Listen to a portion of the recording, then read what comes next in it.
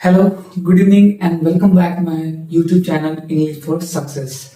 आपका बहुत बहुत स्वागत है। और आज मैं फिर इस सेशन में आपके सामने लेकर आया हूँ ये 4 सेंटेंसेस।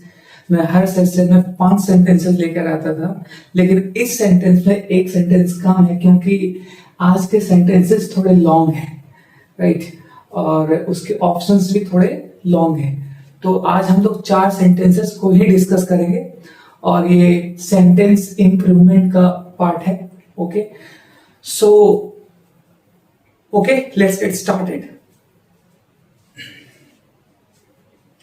जो नए बच्चे जुड़ रहे हैं मैं उनको थोड़ा एक्सप्लेन कर दूं। जो बच्चे नए जुड़ रहे हैं या जो नए पहली बार मेरे वीडियोस को देख रहे हैं, सेशन को देख रहे हैं, तो उनके लिए मैं थोड़ा कुछ एक्सप्लेन कर दूं। ये सेंटेंस इंप्रूवमेंट का पार्ट है और ये जो ब्लैक मार्कर से लिखा हुआ है ये हमारे इरर वाले पार्ट हैं, राइट? और ये इसके ऑप्शंस हैं, आप देख सकते हैं। ये इरर वाले पार्ट है जो कि ब्लैक मार्कर से लिखे गए हैं, उसके बाद ब्लू से वहां पे लिखे गए हैं। ओके, तो चलिए देखते हैं। Hardly had the thieves seen the polices than they started running towards black van, right? तो ये हमारा सेंटेंस है। हालांकि इस वाले पार्ट में एरर है, फिर भी मैं एक्सप्लेन कर देता हूं कि क्या इसका मतलब, फिर उसके बाद हम लोग इसके एरर वाले पार्ट को ढूंढेंगे। Hardly had the thieves seen the polices, right? इसको कह सकते हैं जैसे ही, यानी कि पुलिस को बिना विद नो टाइम्स, जैसे ही थीव्स ने पुलिस को देखा, है ना, they started running towards black van. और वो किसकी तरफ? ब्लैक वैन की तरफ भागना शुरू कर दिया, राइट? उन्होंने ब्लैक वैन की तरफ भागना शुरू कर दिया। तो आप देख सकते हैं एक एक्शन होने के बाद तुरंत दूसरा एक्शन हो रहा है, ठीक है? तो अब इसके वर्ड क्लासिफिकेशन को देख लेते हैं, क्लास को देख लेते हैं। हार्डली यहां पे एक एडवर्ब है जो कि ये एडवर्ब डिग्री को रिप्रेजेंट कर रहा है। हार्डली का मतलब होता है ऑलमोस्ट नॉट, या कह सकते हैं वेरी रेयरली, यानी कि लगभग ना के बराबर। यानी कि जैसे ही कह सकते हैं, जो ही थीव्स ने पुलिस को देखा वो ब्लैक वैन की तरफ भागना शुरू कर दिया, है ना? देखा और भागना शुरू कर दिया। जैसे कि आपने एक सेंटेंस देखा होगा, सुना होगा कि जैसे ही मैं स्टेशन पर पहुंचा गाड़ी खुल चुकी थी। तो सिर्फ इसी टाइप का यहाँ पे क्या है, एक्शन है। तो यहाँ पे क्या दिखाया जा रहा है कि एक एक्शन से, यानी कि पास्ट में कोई एक्शन हुआ और उस एक्शन के पहले भी कोई एक्शन हो चुका था, ठीक है? तो ये सेंटेंस उसी कॉन्सेप्ट को रिप्रेजेंट करते हैं, ठीक है? हैड यहाँ पे क्या है? हैड यहाँ पे हेल्पिंग वर्ब है, द यहाँ पे डिटर्मिनर है, थीव्स ये क्या है? थीव्स के थीव का प्लूरल फॉर्म है। आप देख सकते हैं इसका सिंगुलर फॉर्म क्या होता है? थीव ये होता है। इसको थीव नहीं पढ़ते, थीव पढ़ते हैं। यहाँ पे एफ, और यहाँ एफ जो है वो उसका प्रोनाउंसिएशन बहुत ही लाइट होता है, ध्यान रखिएगा इस चीज को। और यहाँ पे थीव्स होगा। सीन ये यहाँ पे नाउन है, प्लूरल नाउन, जैसा कि मैंने भी बताया। और सीन यहाँ पे क्या है? इसका मेन वर्ब है, यानी कि V3 पास्ट पार्टिसिपल। सीन का ये ऑब्जेक्ट है द पुलिसेस। अब ये वाला पार्ट जो है हमारा, इसमें क्या है? इरर है। पुलिसेस नहीं होता। पुलिस एक कलेक्टिव नाउन है, राइट? पुलिस एक कलेक्टिव नाउन है जो पूरे ग्रुप को रिप्रेजेंट करता है। तो पुलिसेस इसमें एस और एस का यूज नहीं करते हैं, पुलिस सिंपली। तो ये वाला पार्ट हमारा इरर है। अब यहाँ पे दैन का यूज किया गया है। दैन का यूज तो कॉम्परेटिव डिग्री में किया जाता है, जब हम दो वस्तुओं को, दो चीजों को या दो पर्सन्स को जब क्वालिफाई करते हैं, उसकी क्वालिटी को या किसी और पॉइंट ऑफ व्यू से जब उसको कंपेयर करते हैं, तब वहां पे हम लोग क्या है? दैन का यूज करते हैं। तो ये वाला पार्ट भी क्या है? हमारा इरर है। यहाँ पे कंजंक्शन का जगह है, यहाँ पे कंजंक्शन का जगह है क्योंकि ये पहला क्लाउज खत्म हुआ है, कंजंक्शन, और उसके बाद दूसरा क्लाउज स्टार्ट होगा, ठीक है? 2 क्लाउजेस हैं इसमें। और उसके बाद दे यहाँ पे क्या है? दे यहाँ पे सब्जेक्ट है, प्रोनाउन है। स्टार्टेड क्या है? V2, यानी कि past indefinite.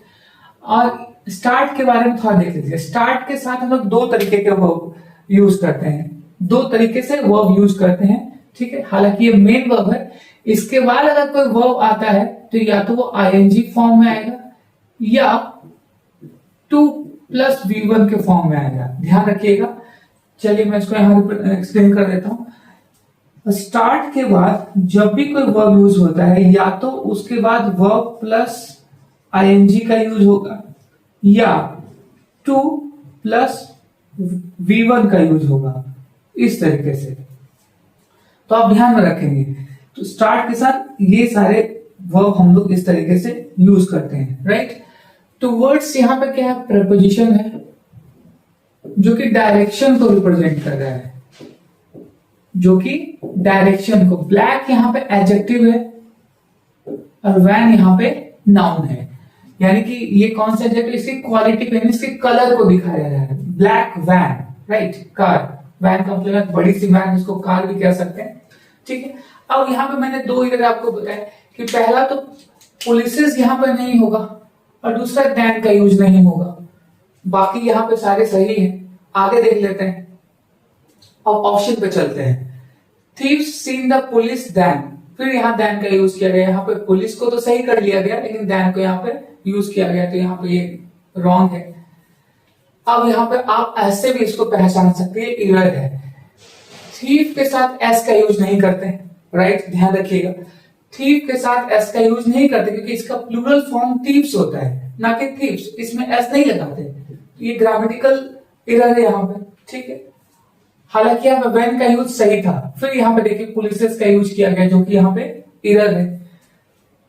Next C option, thieves seen the police van, ये ठीक है, ये सी वाला ऑप्शन हमारा हो सकता है। आगे देख लेते हैं पहले। Thieves seen the police's van, van, ठीक है। फिर यहाँ पे देखिए पुलिस के साथ ईएस का यूज किया गया है, तो क्या है यहाँ पे ये ऐसा भी क्या है, एरर है। और ई वाला तो ऑप्शन होगा नहीं, तो हमारा राइट ऑप्शन क्या है, सी नंबर, राइट। हमारा जो राइट ऑप्शन है वो कौन सा है, सी नंबर। अब ये ग्रामेटिकल सही है, देखते। Hardly had the thieves seen the police when, ठीक है। अब यहां पे देख लीजिए, ये पास्ट परफेक्ट का टेंस है, ये पास्ट परफेक्ट का टेंस है। हैड प्लस V3 का यूज किया गया है, फिर उसके बाद व्हेन का यूज होगा, और व्हेन का यूज होगा, और उसके बाद सब्जेक्ट V2 प्लस ऑब्जेक्ट, इस तरीके से। तो इस चीज को ध्यान रखेंगे कि जब भी कोई एक्शन पास्ट में हो और उसके पहले कोई एक्शन हुआ है, तो वहां पे हम लोग क्या है, दो तरीके से यूज करते हैं। हम उससे पहला जो होगा, यानी कि जो पहले एक्शन हुआ, थोड़ा मैं इसको आपको एक अलग तरीके से एक्सप्लेन करने की कोशिश कर रहा हूं। ये हमारा टाइम है, ये हमारा प्रेजेंट है, इधर वाला हिस्सा पास्ट है जो बीत चुका, और इधर वाला हिस्सा क्या है, फ्यूचर है, राइट। इधर वाला हिस्सा क्या है, फ्यूचर है।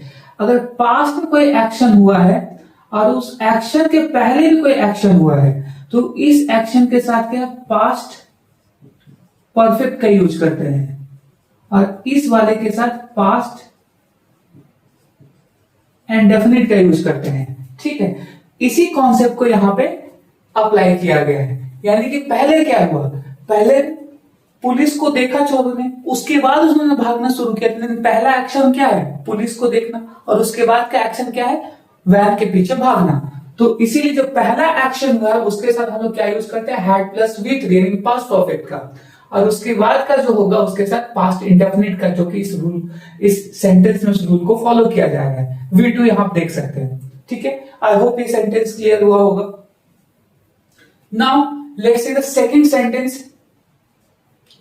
It is difficult to predict what Minister Sitaraman will do in her new role as famous minister, right? अब यहां पे कहा जा रहा है, ये थोड़ा कठिन है प्रिडिक्ट करना, अनुमान लगाना। It is difficult, ये थोड़ा मुश्किल है अनुमान लगाना। तो प्रिडिक्ट का मतलब क्या होता है, foresee,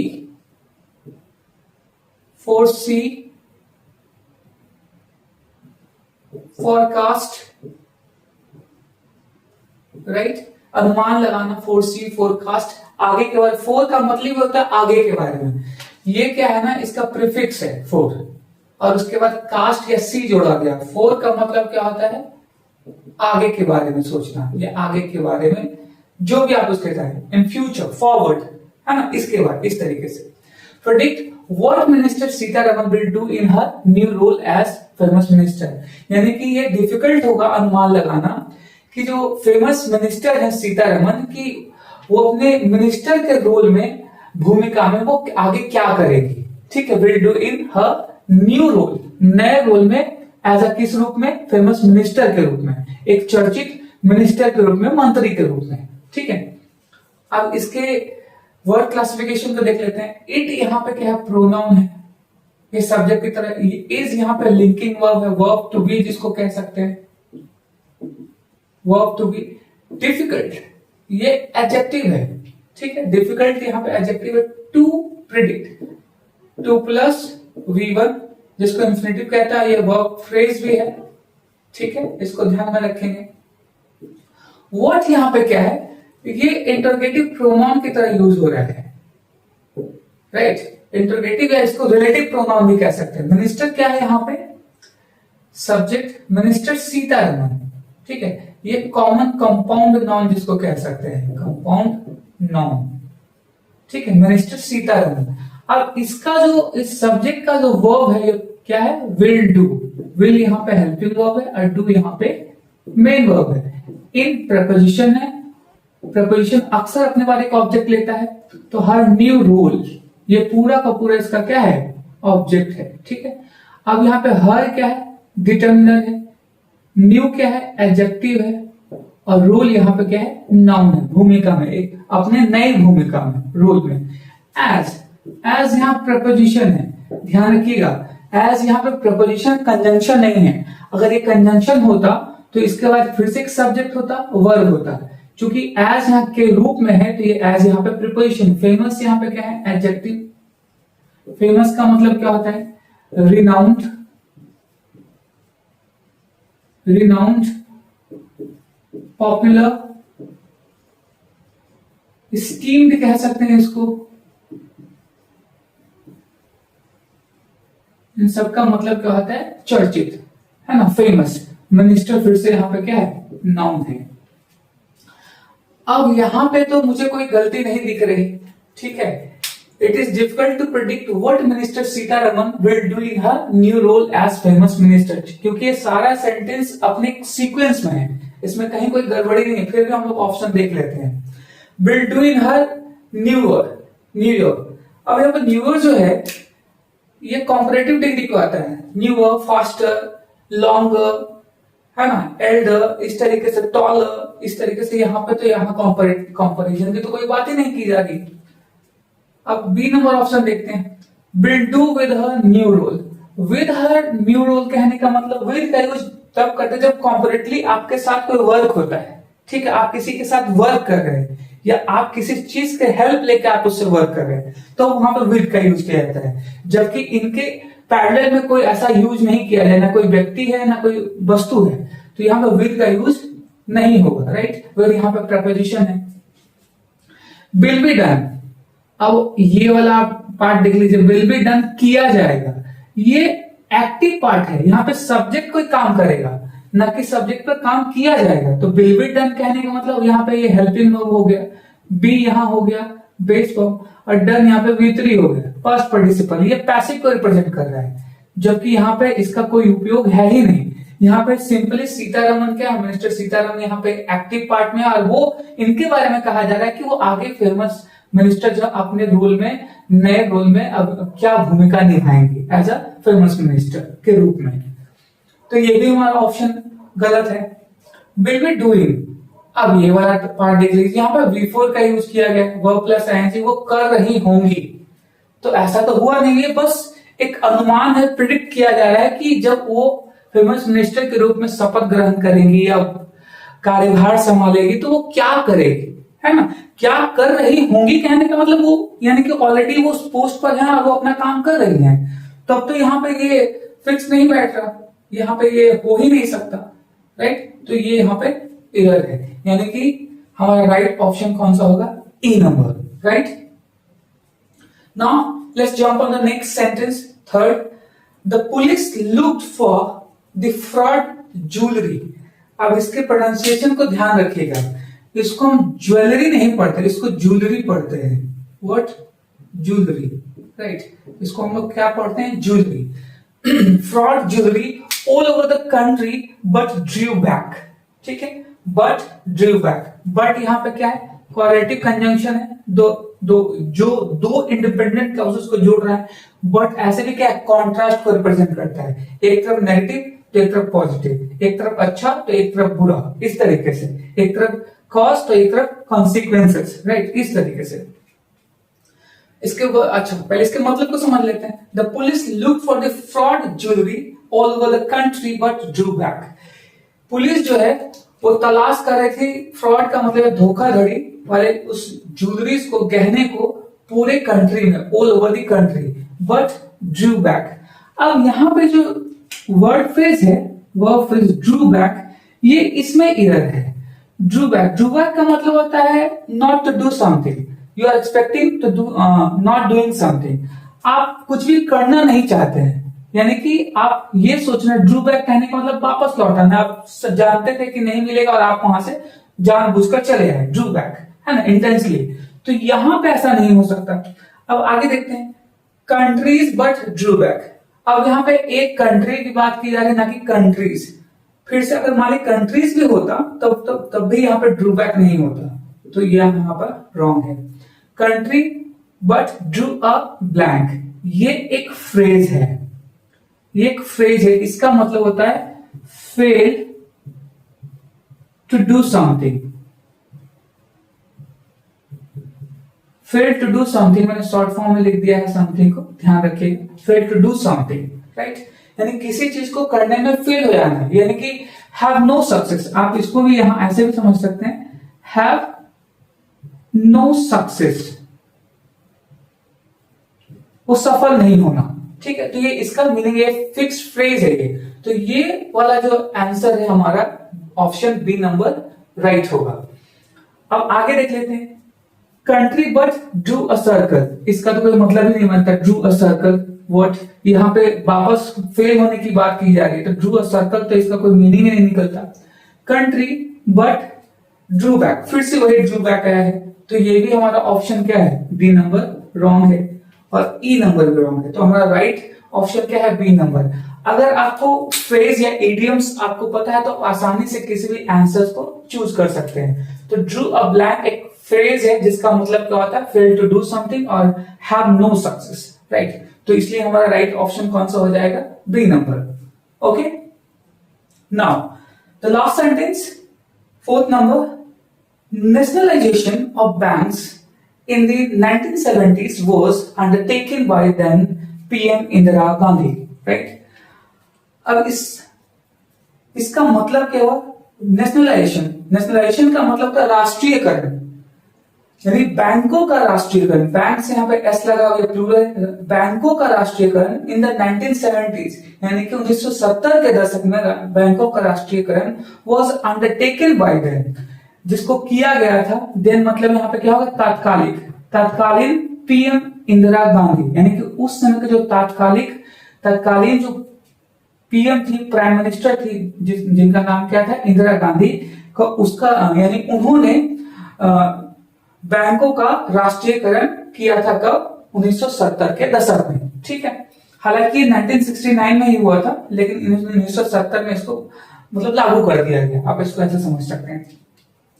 आप देख सकते हैं मैंने पीएम लिखा है शॉर्ट फॉर्म, ये एक कह सकते हैं एब्रिविएशन फॉर्म है, यानी कि जिसको शॉर्टेस्ट फॉर्म कहते हैं। पीएम का मतलब यहाँ प्राइम मिनिस्टर होगा, ध्यान रखिएगा, एक एब्रिविएटेड फॉर्म है पीएम का ही। इसका वर्ड क्लासेस देख लेते हैं। नेशनलाइजेशन ये क्या है, नाउन है। जब भी कोई TION वाले वर्ड हो तो वो हमेशा नाउन होते हैं, इसको ध्यान रखिएगा। और यहाँ पे क्या प्रेपोजिशन है, बैंक्स यहाँ पे नाउन है। अभी देखिए यहाँ पे एपोस्ट्रोफ एस क्यों नहीं लगा, या जेनेटिव केस क्यों नहीं लगा, क्योंकि यहाँ पे कोई व्यक्ति की बात नहीं की जा रही, व्यक्ति विशेष की बात नहीं की जा रही। बैंक भी क्या है, नॉन ह्यूमन है, और ऑर्गेनाइजेशन भी क्या है, नॉन ह्यूमन है, ठीक है। नॉन ह्यूमन कहने का मतलब ह्यूमन के द्वारा ही बनाया गया है, लेकिन अगर यहाँ कोई पर्सन होता तब वहां पे एपोस्ट्रोफ का एस यूज किया जाता है।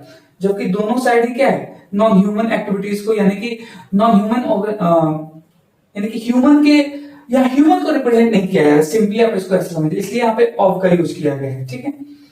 इन यहाँ पे क्या है, इन यहाँ पे प्रपोजिशन है, और प्रपोजिशन अक्सर अपने बाद क्या लेता है, ऑब्जेक्ट लेता है। तो इसका ऑब्जेक्ट ये क्या होगा, द 1970s, ठीक है, 1970s यानी कि दशक हो, 70s कहने का मतलब यहाँ दशक हो गया, द यहाँ पे क्या है, डिटरमिनर है 1970s के दशक में। वॉज इसका क्या है, वर्ब है, ठीक है, ये हेल्पिंग वर्ब है। अंडरटेकिंग ये मेन वर्ब है, यानी कि ये किस फॉर्म में है, V3 के फॉर्म में, पास्ट पार्टिसिपल के फॉर्म में। बाय और उसके बाद क्या है, एजेंट होता है, बाय एक प्रपोजिशन है और प्रपोजिशन के बाद क्या है, एक एजेंट की जरूरत होती है, एक ऑब्जेक्ट की जरूरत है। अब देन यहाँ पे क्या है, एडजेक्टिव है, पीएम इंदिरा गांधी, ये पूरा का पूरा क्या है, कंपाउंड नाउन है, PM Indira Gandhi, prime minister Indira Gandhi, right. Then का मतलब यहाँ पे मैंने क्या बताया था, तात्कालिक, यानी कि उस समय जो उस पोस्ट पर मतलब कि पदभार पर थी उसके बारे में, ठीक है।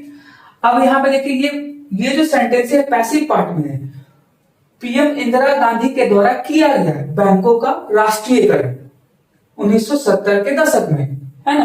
उन्होंने नहीं किया, उनके द्वारा किया गया, उन्होंने ऐसा रूल पारित किया होगा, ऐसा एक्ट बनाया होगा, और इस कारण से क्या 1970 में बैंकों का राष्ट्रीयकरण किया गया। तो ये पैसिव पार्ट में है। आप देख सकते हैं वॉज के बाद क्या V3 का यूज किया गया, तो ये हमारे पास्ट इंडेफिनिट का क्या है, पास्ट यानी कि पैसिव पार्ट है, यानी कि पैसिव वॉइस है, ठीक है। तो ये आज हम लोगों ने 4 सेंटेंस देखे।